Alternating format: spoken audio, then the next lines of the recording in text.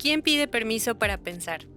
Nosotros, desde la Facultad de Filosofía de la UAC, tampoco. Bienvenidos a Ética sin Permiso, el territorio sonoro donde desenterramos las preguntas que las jerarquías esfuman, y donde desobedecemos la idea de que la bioética, la tecnología y la filosofía son temas neutrales. Frente a chips que mapean cerebros y algoritmos que dictan vidas, nosotros preguntamos, ¿para quién se diseña ese futuro? ¿A quién beneficia? ¿A quién silencia? No somos observadores, somos partícipes. Y aquí la ética no se consulta, se piensa.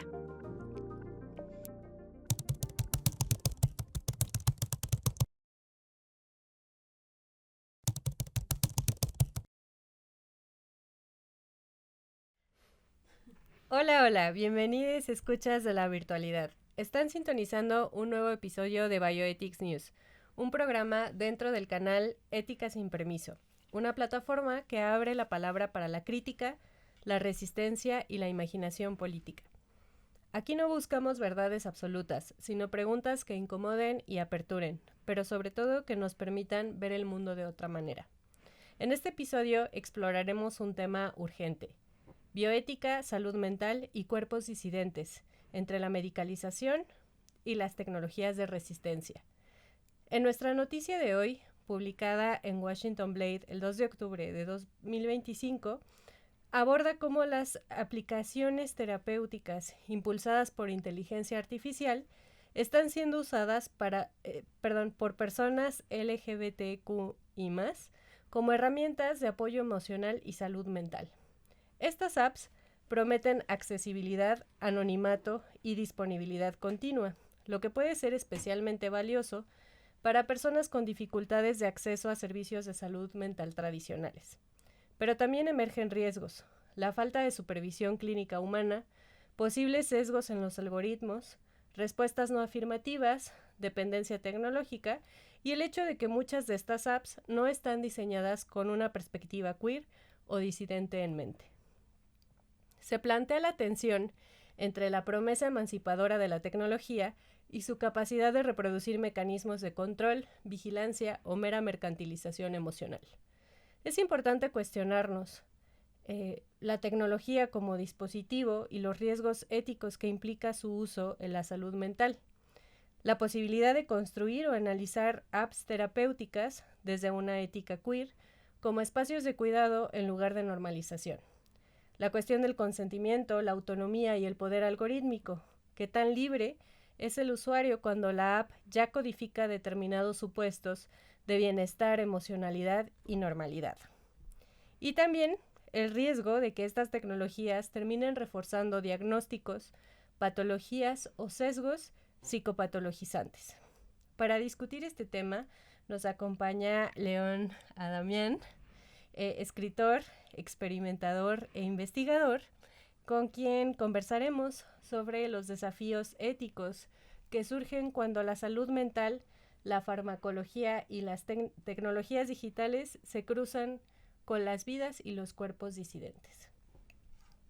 Bueno, los discursos biomédicos y farmacológicos han marcado históricamente a los cuerpos disidentes con diagnósticos y estigmas. Michel Foucault hablaba de cómo el poder médico produce subjetividades normales y anormales. Y Paul B. Preciado retoma esta idea en Texto Yonki al pensar el cuerpo como un laboratorio político y farmacopornográfico. León, ¿cómo crees que ese cruce entre salud mental, la biomedicina y las disidencias sexuales y de género, cómo se lee? Bueno, a ver, históricamente la salud mental nace dentro de la rama de la medicina y de la psiquiatría y en realidad nace como un dispositivo normalizante de los cuerpos y de las subjetividades. Al final, las técnicas médicas y farmacológicas lo que buscaban era encauzar los cuerpos hacia ciertas conductas que fueran, por ejemplo, heterosexuales, en un sentido de comportamiento, en un sentido también de configuraciones del deseo, Posteriormente, después de la Segunda Guerra Mundial, cuando se da toda la expansión del uso de fármacos ya a gran escala, primero en Estados Unidos y luego en todo el planeta, de alguna manera estos fármacos también servían para ir no nada más controlando a las poblaciones de manera masiva, sino que además implicaba una gran generación de capital para las farmacéuticas. Todo eso está conectado en cuanto a cómo también las disidencias se han tenido que posicionar como resistencia frente a esos dispositivos de normalización, porque inclusive al día de hoy muchas de las cuestiones trans están también atravesadas por la cuestión farmacológica, toda la cuestión de la circulación de hormonas, todos los procedimientos o todos los procesos que se tienen que transitar para poder acceder a hormonas o para acceder a algún tipo de tratamiento. También en el caso del tratamiento del VIH, para acceder al PrEP, todo eso. Básicamente estamos atravesados por toda la cuestión de la farmacología, no nada más a nivel psiquiátrico, pero sí que influye. Es una mezcla de distintos tipos de plataformas de cultivo. Por un lado, soportes farmacológicos, tecnológicos como el tema de los teléfonos celulares, pero también digitales. Y vale, es una gran genealogía de la que se puede establecer toda una historia política del cuerpo y de las subjetividades. Y justo en esto que mencionas, bueno, obviamente hay una patologización de la diferencia, ¿no? Sí. Y justo ¿piensas que sigue vigente esta patologización de la diferencia o estamos ante nuevas formas de control mucho más útiles? Yo creo que sigue habiendo una patologización de la diferencia y yo creo que sigue habiendo un señalamiento de lo que es diferente y de lo que no se entiende. Creo que el mundo sí está cambiando, pero creo que no ha cambiado todavía lo suficiente. Creo que todavía se sigue apostando a cierta normativización de los cuerpos. Hace unas semanas que fue lo del Día de la Prevención del Suicidio y hace una semana que fue lo de la cosa de la salud mental, noto todavía que se siguen reproduciendo discursos, primero, que son normativizantes, porque todavía siguen partiendo de una idea de normalidad, por mucho que se quiera hacer como muy único y diverso y decir que se respeta la singularidad de las personas, lo cierto es que se siguen partiendo de criterios normativizantes. Y por el otro, también es cierto que esos discursos en general se tornan inútiles porque no prestan atención, en mi opinión, a la singularidad del sufrimiento de las personas. Usualmente se trabaja como de, no, sí, es que hay que prevenir el suicidio. Y supuestamente, y a veces, y esto lo digo como psicólogo, y como psicólogo que escucha luego otros psicólogos lo que hacen, y noto que de alguna manera sigue habiendo ahí un tema de no querer escuchar el sufrimiento de las personas y no querer ubicar que las personas sufrimos cotidianamente por miles de situaciones. Y no se le presta atención y se desvía, incluso ya no quisiera decirlo así, pero en el mejor de los casos patologizándose y dándole algún tranquilizante, pero en el peor de los casos todos esos discursos tienden como a minimizar el sufrimiento y no a darle exactamente un lugar para que se desarrolle.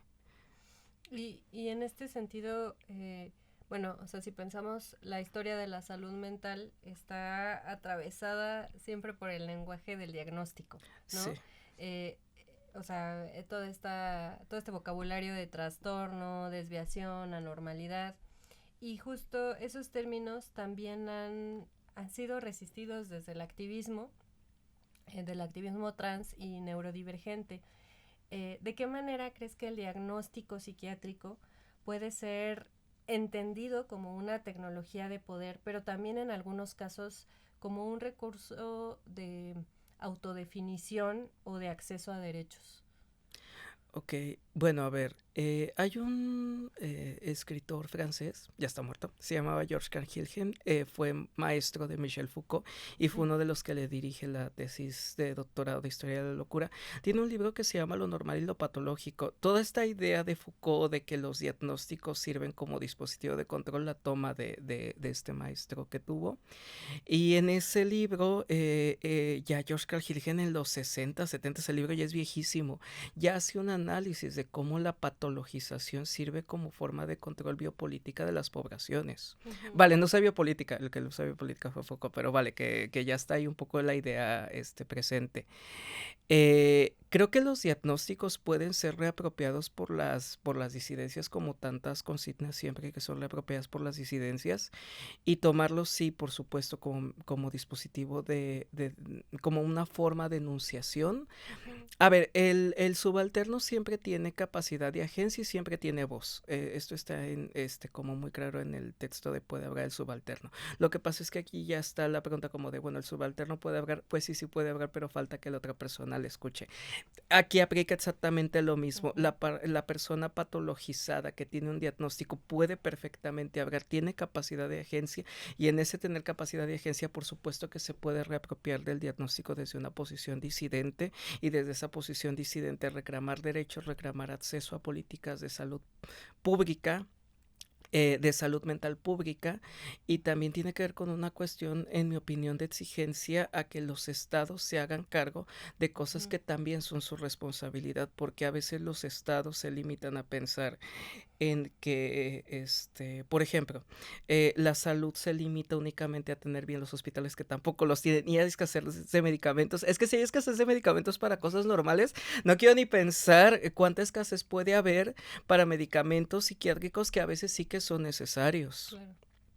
A ver, una cosa es la patologización y una cosa es ser activista, pero otra cosa es que lo cierto es que en el día a día hay personas como yo que sí que necesitamos una pastilla para sentirnos tranquilos y para controlar cuestiones de ansiedad, y a veces no están disponibles. Claro. Y no lo garantiza el Estado, y hay cierta idea como de, bueno, si te sientes triste, pues cómete un chocolate y vas a estar bien, y si estás triste, pues no estés triste. No, es que no es un asunto, ojalá fuera un asunto de voluntad. Esto muchas veces es minimizado por los estados y no se hacen cargo de una cuestión que también tendría que ver con políticas integrales y con presupuestos. Las universidades públicas, por ejemplo la UAC, la Facultad de Psicología, tienen programas como la CESECO, donde se hace intervención comunitaria y se brinda psicoterapia a bajo costo, y tratándolo de hacer accesible a la mayoría de las personas, y está muy bien y es muy bueno, pero lo cierto es que también se le tendría que exigir a las autoridades que se hagan cargo de esto, y que, por ejemplo, también en este sentido, garantizarles a los psicólogos que egresamos tener trabajo digno, y además brindarle una atención digna a las personas. Claro. Y en este sentido, o sea, ¿cómo podríamos repensar el papel que tiene la bioética en este contexto donde lo clínico se mezcla con lo político, pero también con lo afectivo? Tiene que ver, pienso que con el posicionamiento del terapeuta. A ver, cuando una persona viene con nosotros, viene porque está sufriendo, no nos vienen a contar cosas agradables, y además usualmente cuando vienen a consulta ya es porque ya somos su última opción, o sea, ya han pasado por una serie de especialistas, pueden ser médicos, o sea, médicos generales, pueden ser personas que leen las cartas, que está muy bien, no, es que es cierto, pasan ya por una serie de, lo voy a decir así, por una serie de especialistas en distintos sistemas discursivos de la realidad, y terminan ya con nosotros porque ya vienen de una serie de revisar personas y tratar de solucionar cosas que no van bien en su vida, y esas cosas que no van bien en su vida siempre tiene que ver con una cuestión de sufrimiento, y siempre quien viene con nosotros no nos viene a contar cosas agradables, y ahí se juega mucho el posicionamiento ético del psicólogo, del terapeuta, en cómo recibe ese sufrimiento y cómo le da un lugar y cómo permite también que ese sufrimiento se desarrolle. A eso también me refiero con que a veces no tiene cabida. Ahora que fueron las actividades de salud mental y tal, no escuché nada, al menos en las pocas actividades que noté que se hicieron en distintas instituciones, no nada más aquí en la UAC, no escuché en ningún momento cosas que tuvieran que ver explícitamente con la cuestión del tratamiento al sufrimiento de las personas. Ujú. Ya desde ahí hay un Sí. posicionamiento que es ético y es político, porque al final es un poco, bueno, que entonces los psicólogos nos tratamos a ser nos dedicamos a ser felices todo el tiempo. A mí eso me parece una falsedad tremenda. Yo siempre pienso que si su psicólogo es muy feliz, ya no vayan con esa persona. Tiene que ser al final una persona seria y formal que entienda que la vida no es bonita, pero que a pesar de todo, pues vale la pena vivirla. Ese es un acompañamiento también ético, que no es negar que el mundo es horrible, pero acompañar un poco en ese sufrimiento que se tiene. Claro. Sí. Sí, sí, porque justo esta cuestión del sufrimiento y sobre todo ahora, ¿no? Que hay como una moda de que siempre tenemos que estar bien, siempre tenemos Es que que estar estar felices, felices. porque obviamente tenemos que ser súper productivos, ¿no? Sí, Entonces, pues está bien no estar bien, ¿no? sí, Y saber dónde se puede pedir ayuda. Y en este sentido, o sea, para pasar al siguiente bloque, Preciado en Texto Yonki propone esta lectura radical, ¿no? De los psicofármacos, las hormonas y los fármacos en general, cómo estos pueden ser dispositivos de control, pero también tecnologías de resistencia, ¿no? Entonces, ¿crees que podemos pensar los psicofármacos como una forma de experimentación corporal y subjetiva que va más allá del marco médico? sí. Sí, sí, yo creo que sí. A ver, de inicio yo estoy a favor de los tratamientos psicofarmacológicos cuando son necesarios. Inclusive cualquier psicólogo te va a decir que ante ciertas cuestiones de padecimientos a veces Ujú. es necesario trabajar junto con un psiquiatra, porque si no, no se puede trabajar. O sea, la terapia no va a funcionar. Mira, puedes estar 6 años, mucho tiempo analíticamente en una sesión y no va a funcionar. Y no va a funcionar porque hay cosas que sí hay que atender y que se pueden atender químicamente y está Ujú. muy bien. Y en general los antidepresivos son maravillosos. A mí me encanta el clonazepam. Es que si yo pudiera estaría todo el tiempo en clonazepado. Es que es maravilloso el fármaco. Y creo que desde ahí puede ser entendido como un dispositivo también de resistencia. Yo creo que son útiles, pero también creo que a veces no hay acompañamientos adecuados Ujú. por parte de los profesionales, porque a ver, uno va creyendo que el profesional está bien formado, que tiene una ética en su comportamiento y que además está bien formado en cuanto a cuáles son los efectos secundarios y que te pueden explicar en términos sencillos por qué es malo consumirlo en periodos prolongados y por qué es importante que se vayan disminuyendo las dosis. Todo esto, aunque un psicólogo no puede recetar, porque no tiene la formación, sí tendría que estar formado en qué efectos tiene, Ujú. porque cuando a veces uno atiende personas que están bajo efectos de antidepresivos o de determinados fármacos, yo a veces noto en las supervisiones que creen que es porque hay el síntoma. Y mira, a mí me encanta mucho Lacan. Y de hecho ahora lo he estado retomando para un libro que estoy escribiendo. Pero es que están todos pensando siempre que no, es que el síntoma y seguro tiene que ver con sus resistencias. No, y en realidad es un efecto secundario del fármaco que está tomando y que esto perfectamente el psicólogo lo tendría que saber. No porque lo pueda recetar o no. Y luego viene otra cosa, también lo podría saber si es que en algún momento lo tuvo que llegar a consumir. En el texto, Yonki Paul Preciado habla del principio de experimentación autocobaya, que dice que el que quiere ser sujeto de conocimiento que empiece por ser cobaya de su propio laboratorio, y resulta que el primer Sí. laboratorio que tenemos es el cuerpo. Bueno, en este caso también es como una invitación a los psicólogos de, bueno, ¿tú ya probaste alguna vez el clonazepam? ¿Yo? No. No, no tú, Ah. no, a los psicólogos en general, no, no tú. Deberías probarlo, es muy bueno, te juro que es muy bueno. Es que yo duermo perfectamente, es que yo he controlado también cuando no puedo dormir con el clonazepam. A ver, a esto me refiero, que yo puedo hablarlo, por supuesto que como profesional ya formado como psicólogo, pero también puedo hablarlo como paciente, que es que yo he tenido que ir con un médico y yo decirle, oiga, es que yo no me siento bien, yo no puedo dormir, yo necesito algo. Ajá, Y uno tiene que ser sensible ante eso claro. también. Y bueno, ¿dónde se sitúa ahí la responsabilidad ética, tanto individual como institucional en su uso? Cuando dices institucional, ¿te refieres a las instituciones del Estado, a las instituciones educativas, a las instituciones privadas? ¿Cómo lo piensas? Por el Estado, sobre Por todo, el ¿no? Estado. Pienso que tiene que ver, a ver, en nivel, no exactamente individual, pero sí a nivel de, por ejemplo, las facultades de psicología, creo que tiene que ver con la formación, con la buena formación de las y los estudiantes, Ujú. con una cuestión de sensibilización al sufrimiento de las personas. Mira, está muy bien leer a Lacan y yo no, por ejemplo, y hablo por ejemplo por la facultad donde estudié y donde trabajo, pero creo que también a veces hace falta una cuestión de sensibilización al sufrimiento que pasa por otras vías, pero que se puede incluir dentro de los planes de estudio y también en la cuestión de la responsabilidad que se tiene.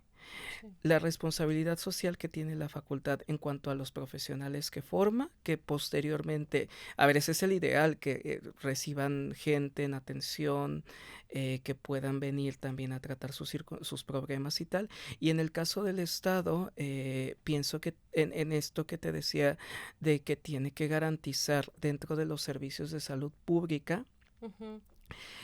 lo que tiene que ver con salud mental. A ver, el término salud mental a mí no me gusta, por lo que he leído, por lo que escribo, por lo que investigo, pero tampoco soy tonto y no es que no me dé cuenta de que esto sirve para políticas públicas. Por supuesto que a un gobernador o a una persona que está en cargos públicos en el Estado, no voy a llegar y, mira, es que Foucault, señor, decía que el nacimiento de la clínica, no, no, Sí. evidentemente no voy a llegar con eso. Y evidentemente tengo que llegar con términos que de alguna manera sean aplicables a las poblaciones.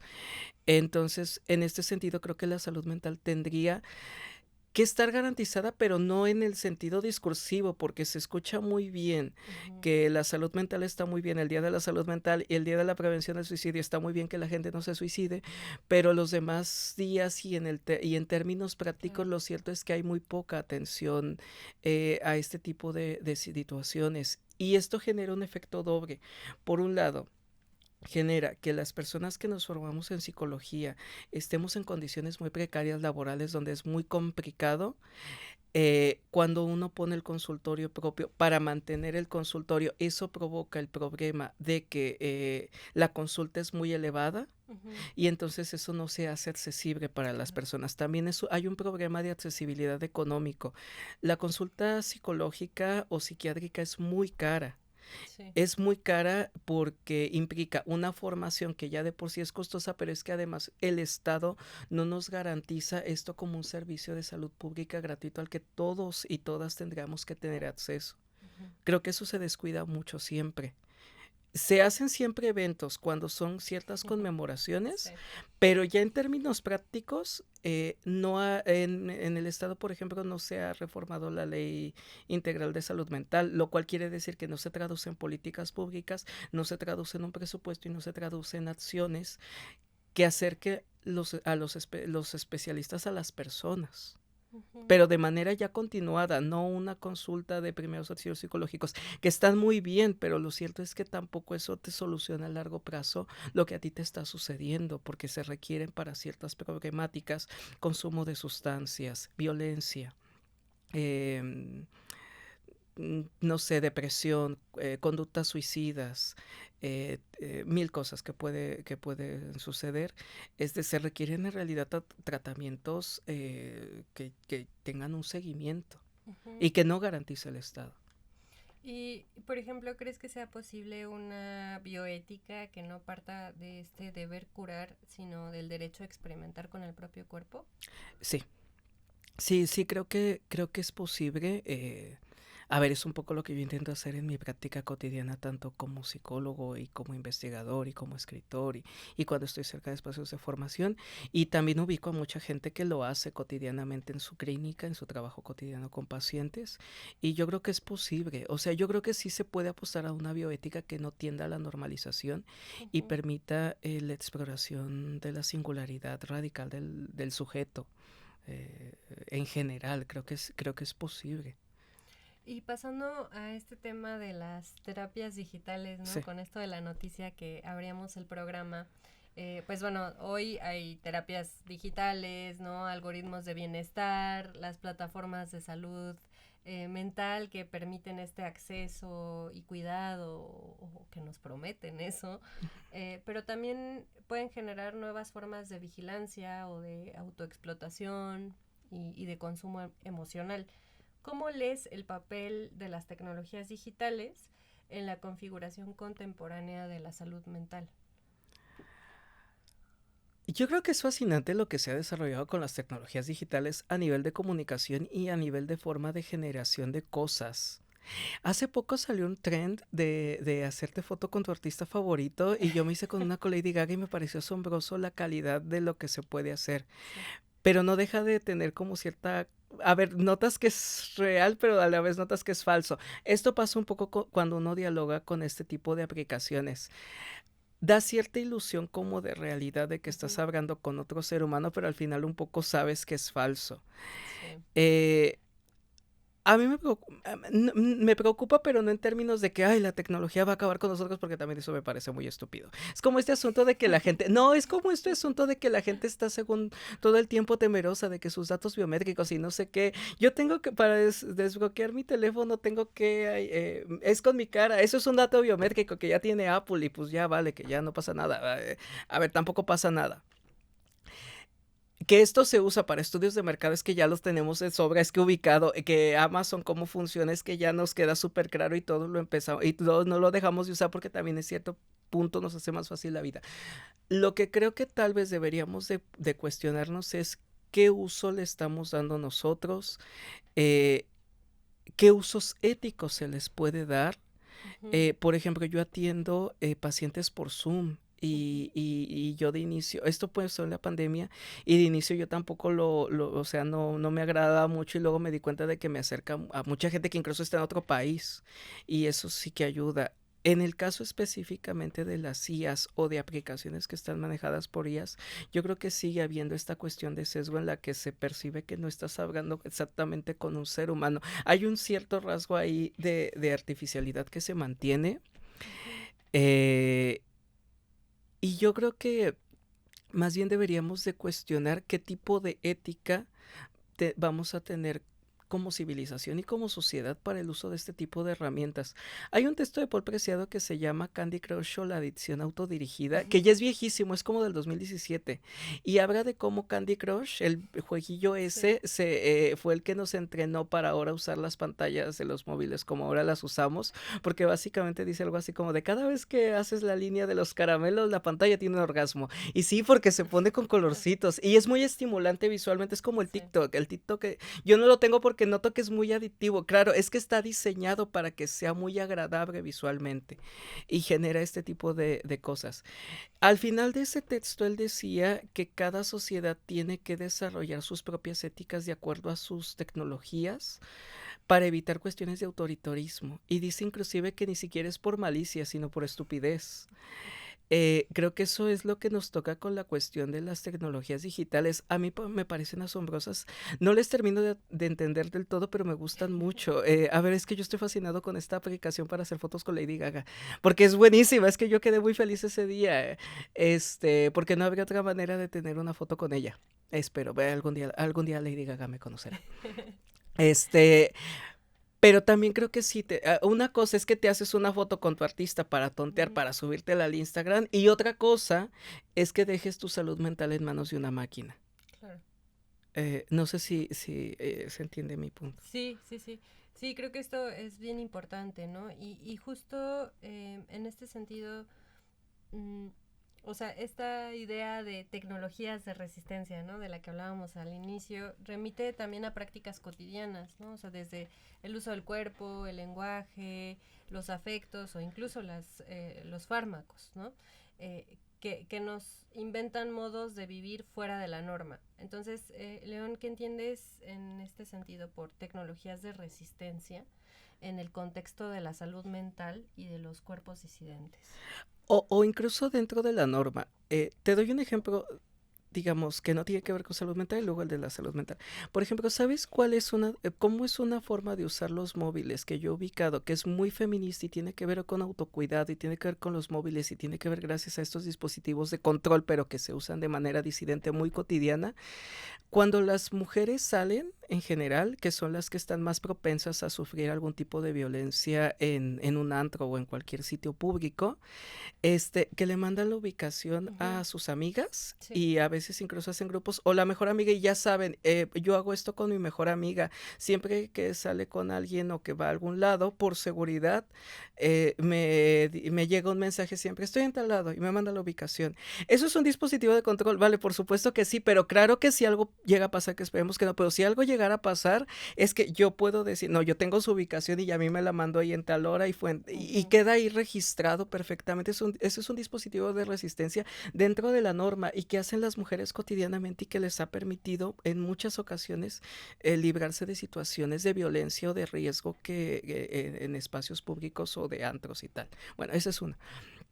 Y luego, en lo que refiere a la salud mental, posiblemente lo podría ubicar tal vez en psicólogos, en psicoterapeutas, en psicoanalistas también, que cada vez están apostando más a cuestionar los propios discursos normativos en los que han sido formados, en cuestionar la propia teoría que ellos han reproducido, y a partir de eso se va transformando su práctica clínica.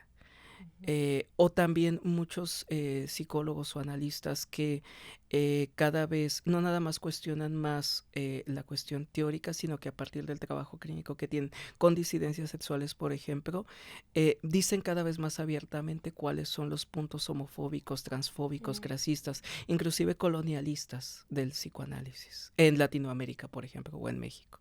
Y eso a mí me parece interesante. Sí, eso es bien interesante y bien importante, ¿no? Sí. También señalar como todos estos sesgos. Y bueno, ¿cómo en este sentido, para ir acercándonos al cierre, pensar la salud mental desde una bioética queer y disidente implica abrir espacio para la vida digna, el acceso justo a tratamientos de todo tipo, ¿no? De salud física, mental, y el derecho a existir sin normalización, ¿no? Entonces, ¿qué horizonte ético y político imaginas para la salud mental disidente en los próximos años? No sé, digamos en los próximos 10 años. No sé.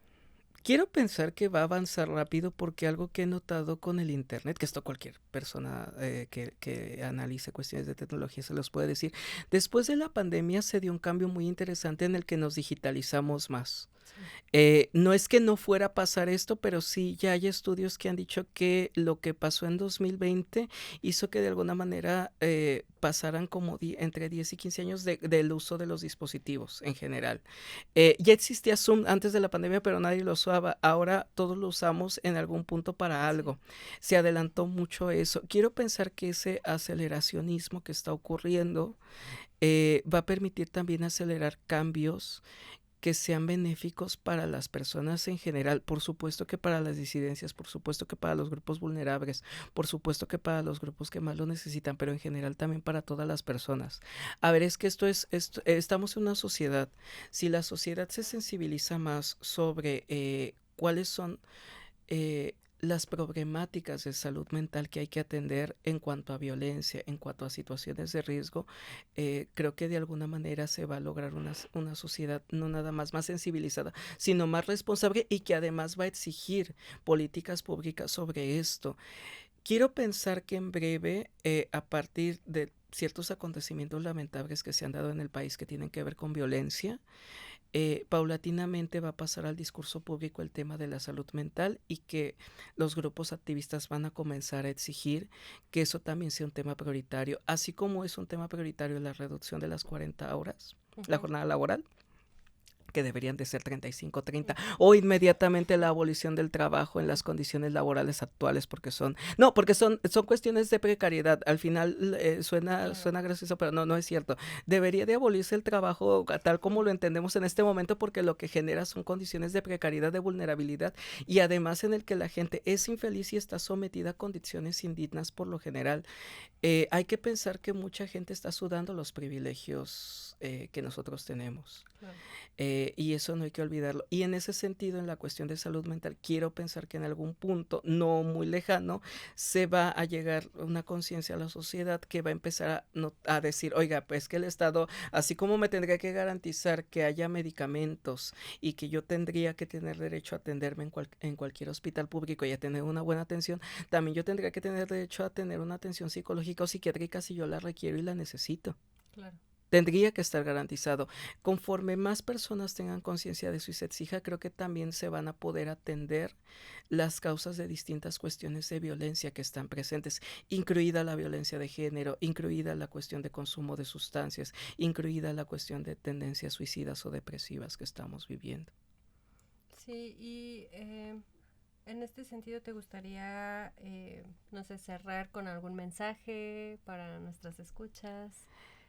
Em, que si están pasando por algún tipo de sufrimiento o algún tipo de mal momento, que intenten buscar ayuda. De inicio, con sus personas más cercanas, sus familias, sus amigos, y si de inmediato no logran ubicar alguna opción, Ujú. bueno, que siempre hay opciones, pero que traten de buscar ayuda. Siempre va a haber alguien dispuesto a escucharles y ayudarles, pero decirles que no están solos. En eso por lo que sea que estén pasando, que nunca se está solo, que siempre va a haber alguien que les pueda acompañar.